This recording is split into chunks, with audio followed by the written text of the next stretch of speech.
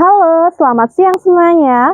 Perkenalkan, nama saya Tarisa Novianti Azahra dengan akhiran NIM 014 dari Prodi Pendidikan Bahasa dan Sastra Indonesia Universitas Negeri Yogyakarta.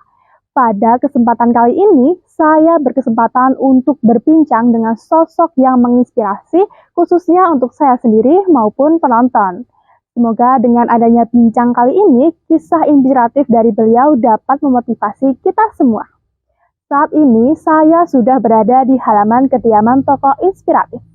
Kira-kira siapa ya? Yuk ikutin terus dan tonton terus. Baik teman-teman, sekarang saya sudah dibersamai oleh Ibu Gali Istiningsih, SPD MPD. Beliau adalah dosen jurusan Pendidikan Guru Sekolah Dasar atau PGSD di Universitas Muhammadiyah Magelang. Selamat siang Ibu. Selamat siang Mbak Tarisa. Bagaimana kabarnya? Alhamdulillah baik. Alhamdulillah baik ya Ibu.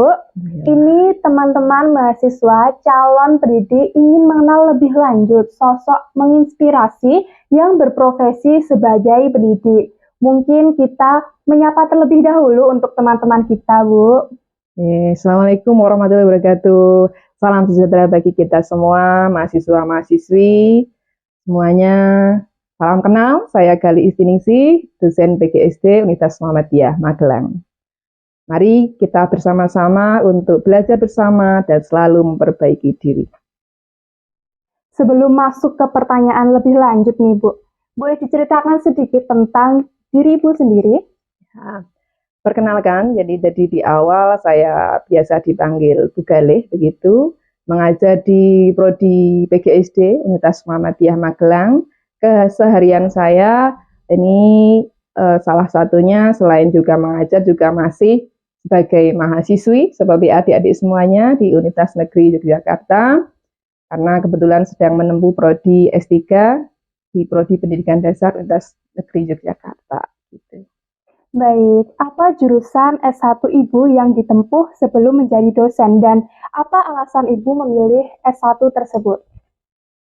Alhamdulillah untuk dulu jurusan yang saya ambil saat S1 adalah Prodi PGSD.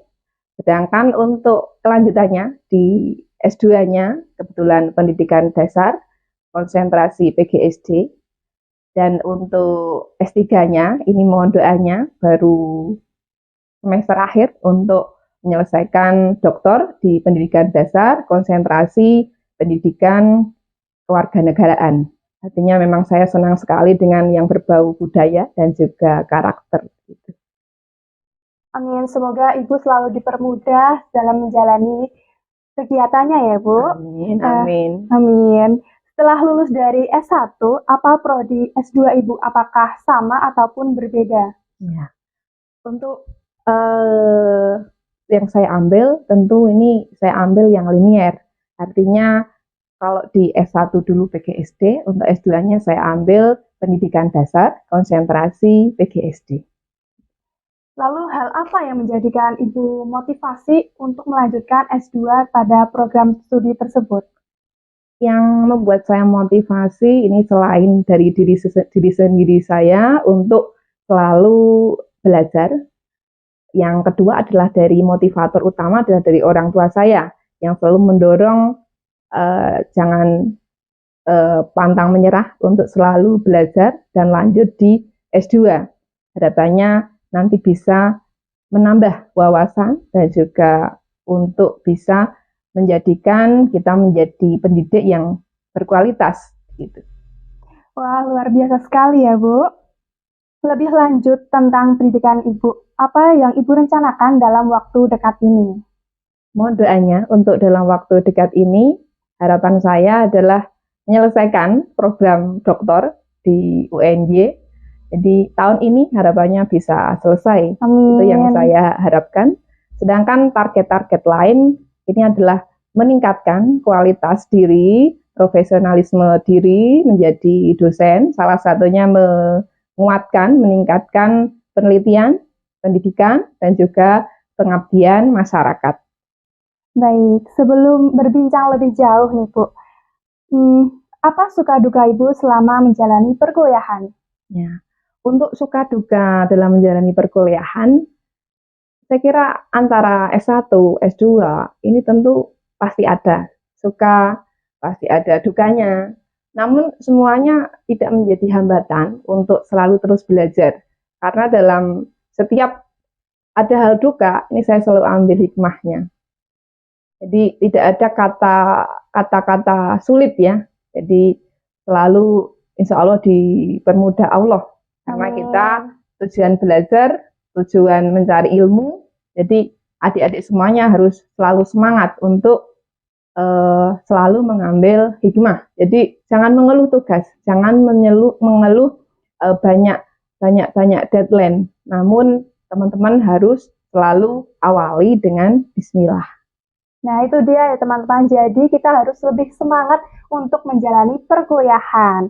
Selanjutnya, apa saja kegiatan mahasiswa yang Ibu ikuti selama berkuliah? Untuk kemahasiswaan yang saya ikuti, ini salah satunya saya mengikuti kajian religi ya Rohis di UKM Rohis, dan yang kedua adalah di Racana Kepramukaan, karena saya senang sekali terkait kegiatan yang berbasis alam yang pernah saya ikuti, dan mungkin kegiatan-kegiatan yang lain ini selalu saya ikuti program kreativitas mahasiswa saat menjadi mahasiswa.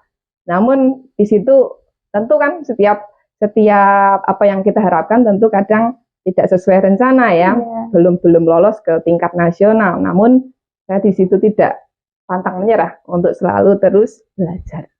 Wah, keren sekali ya teman-teman. Ternyata Ibu Galih juga sangat aktif di organisasi. Selain kegiatan tersebut, adakah kegiatan lain yang Ibu ikuti di luar kampus? Untuk di luar kampus biasanya bagian dari Racana atau yang dilakukan saya ini bersama teman-teman adalah ke SD untuk mengajar adik-adik siswa SD untuk belajar pramuka. Itu yang saya ikuti. Jadi kadang di Magelang, kadang di SD di Kalisegoro di Semarang. Pernah ini bersama teman-teman belajar bermasyarakat. Jadi yang pernah saya lakukan itu bersama teman-teman saat S1.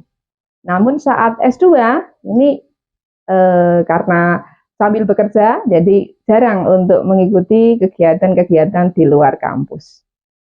Wah, luar biasa sekali ya teman-teman.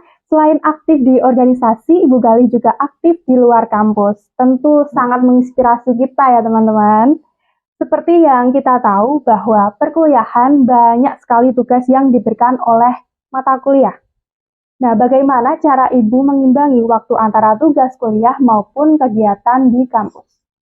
Untuk menyeimbangkan kegiatan antara tugas kuliah, kampus, dan juga keluarga, ini kadang kan tidak mudah. Artinya kalau saya tuh setiap pagi kita awali sebelum membuat deadline, kita awali dengan membaca Al-Quran. Dan setelah itu dirasa ya dari membaca Al-Quran dengan tidak membaca Al-Quran, kalau tidak membaca Al-Quran kadang malah sehari itu nggak dapat apa-apa, tugas nggak terselesaikan. Namun dengan membaca Al-Quran, mintanya ke Allah ini malah alhamdulillah lancar. Itu yang saya lakukan saat menjadi mahasiswa. Dan selalu dalam kegiatan apapun, dalam mengerjakan tugas apapun, supaya mendapat keberkahan dari Allah, kita awali dengan basmalah. Bismillah. Jadi selain berdoa, itu yang menjadi fokus utama, selalu berdoa. Dan yang kedua adalah kita harus membuat job desk ya, ataupun timeline tertentu, mana kegiatan tugas, mana kegiatan pulang kampung, mana kegiatan bermain, itu memang harus seimbang. Nah, luar biasa sekali ya tips dari Ibu Galih dalam mengatur waktu kegiatan pribadi maupun kegiatan di kampus. Nah, selanjutnya, bagaimana cara Ibu agar tetap berprestasi selama berkuliah? Untuk berprestasi selama kuliah ini tentunya menjadi tantangan ya mahasiswa. Artinya teman-teman mahasiswa semuanya harus selalu mengikuti kompetisi apapun. Jadi di tingkat lokal ataupun tingkat nasional, itu memang harus benar-benar diikuti. Dan kuncinya jangan pesimis, namun selalu optimis. Jadi walaupun belum menang, coba lagi, dan endingnya nanti ini akan bisa mendapat juara. Baik, dalam ranah pendidikan, apa saja karya yang Ibu pernah buat? Untuk di bidang pendidikan, karena produk-produk yang saya pernah buat, kalau menjadi mahasiswa S2, ini memang sering membuat buku. Jadi yang pernah saya buat, salah satunya adalah buku model pembelajaran Heroic, Head Numbered with Rotated Ikro untuk bahasa Jawa.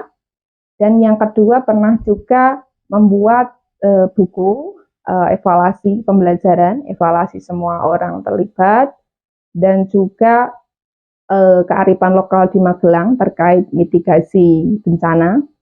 Pernah saya buat selama menjadi dosen bersama teman-teman dosen. Sedangkan produk lain ini dalam pembelajaran di bidang pendidikan, tentunya dosen dituntut untuk menulis artikel. Nah, ini sering saya buat artikel, dan memang fokus bidang artikel saya terkait literasi dan etnopedagogi atau budaya. Dan juga media. Nah, ini adik-adik semuanya, karena menjadi calon guru, ini media yang adik-adik buat, ini sebenarnya bisa kita realisasikan menjadi hak cipta kita sendiri. Jadi sebagai contoh dulu produk mahasiswa ya, ini bersama dengan dosen di bidang PKM sampai Pekan Ilmiah Mahasiswa Nasional ini membuat media. Jadi salah satunya mungkin bisa digali itu terkait media Romusa Katulistiwa. Roti muter aksara Jawa kanggo tulis dinulis aksara Jawa. Gitu. Dan produk-produk lain mungkin adik-adik juga bisa berkreasi sesuai bidangnya. Jadi kalau yang suka matematika bisa membuat media matematika. Pernah ini dibuat juga media ulakahan, jadi permainan ular tangga, namun di situ berbasis pecahan. Seperti itu, Mbak Darisa. Jadi pengalaman yang pernah saya buat ya saat menjadi mahasiswa dan juga bersama mahasiswa sekarang. Wah, selain berprestasi di dalam bidang lain, ternyata ada karya yang sudah Ibu hasilkan ya.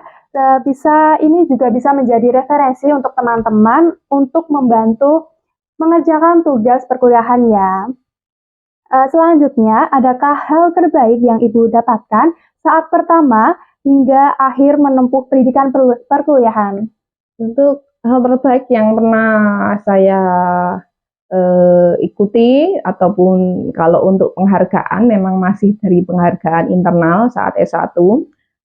Tapi kalau untuk hal yang pernah saya ikuti, dan salah satunya adalah itu beasiswa PPA. Jadi adik-adik jangan sampai patah semangat untuk meningkatkan IPK. Nah, jadi kalau IPK bagus akan mendapatkan beasiswa. Harapannya tidak hanya sekedar kumlot ya, namun bisa adik-adik nanti harapannya bisa lulus 3,5 tahun. Jadi yang pernah saya lakukan salah satunya dengan ikhtiar belajar maksimal itu bisa menempuh 3,5 tahun untuk S1-nya.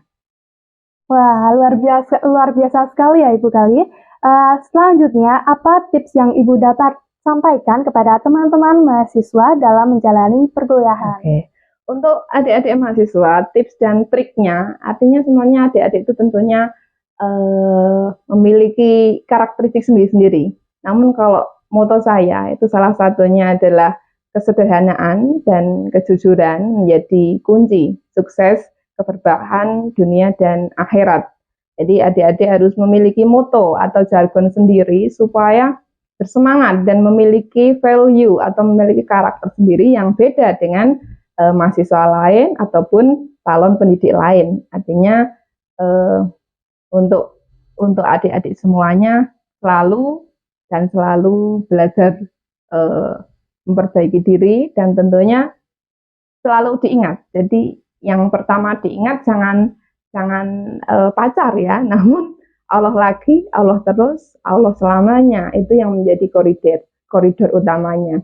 Jadi semuanya harapannya kegiatan apapun insya Allah mendapat keberkahan bila kita awali dengan basmalah. Bismillahirrahmanirrahim. Nah, itu dia tips-tips dari Ibu Galih yang dapat teman-teman implementasikan. Seperti yang kita tahu bahwa pekerjaan Ibu adalah dosen. Apa alasan utama Ibu untuk memilih pekerjaan dosen tersebut?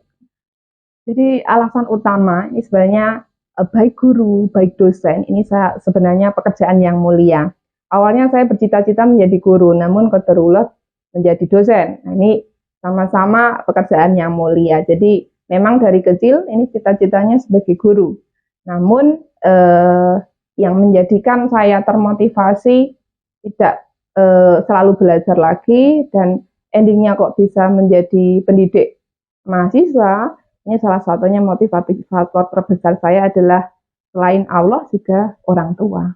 Jadi orang tua yang selalu mendukung untuk selalu belajar sampai mendapatkan hasil yang maksimal. Luar biasa sekali teman-teman. Nah, pertanyaan selanjutnya nih Ibu, yang terakhir ya. Adakah tips dari Ibu untuk mahasiswa apa saja yang perlu dipersiapkan teman-teman untuk menghadapi dunia kerja? Untuk menghadapi dunia kerja ini tidaklah mudah. Artinya kita tidak hanya lulus S1. S1 pun nanti masih ada tantangan. Apabila adik-adik kepengen jadi guru, nah ini harus kejar. Karena sekarang ada PPG Prajab ya, sebelum menjadi guru bisa mengikuti PPG. Namun bila adik-adik ingin menjadi dosen, ya harus fokus untuk lanjut kembali S2. Jadi jangan pantang menyerah, selalu belajar dan harapannya nanti bisa lulus tepat waktu ataupun nanti harapannya bisa lulus awal waktu. Jadi memaknai kehidupan ini jangan sampai kok hanya keduniawian, namun selalu utamakan jadi Allah yang menjadi kunci utamanya dan juga selalu ingat jangan sampai mengecewakan orang tua. Artinya di situ kalau kita ingat itu, nah teman-teman tidak akan menyia-nyiakan hal-hal atau waktu-waktu bermanfaat untuk meningkatkan potensi atau kualitas diri sebagai mahasiswa yang berprestasi dan nanti harapannya adik-adik juga bisa lulus cepat dan juga bisa mendapatkan pekerjaan. Kuncinya adik-adik semuanya harus memiliki value ataupun karakter masing-masing, selalu memperbaiki diri dan ilmu harus menginisiasi ilmu padi. Jangan sampai ilmu bambu ya, malah semakin dangak, tapi selalu merunduk begitu. Baik, itu dia tips-tips yang dapat teman-teman implementasikan untuk dunia pekerjaan ya teman-teman. Ya. Baik, Ibu Gali, terima kasih. Yes, sama-sama. Sukses selalu Mbak Tarisa dan teman-teman semuanya. Saya sangat berterima kasih kepada Ibu Galih Istiningsih SPD MPD selaku dosen pendidikan guru sekolah dasar Universitas Muhammadiyah Magelang yang sudah bersedia saya wawancarai dengan tema tokoh inspiratif. Sekian dari saya, terima kasih sudah menonton dan sampai jumpa di kisah-kisah inspiratif lainnya.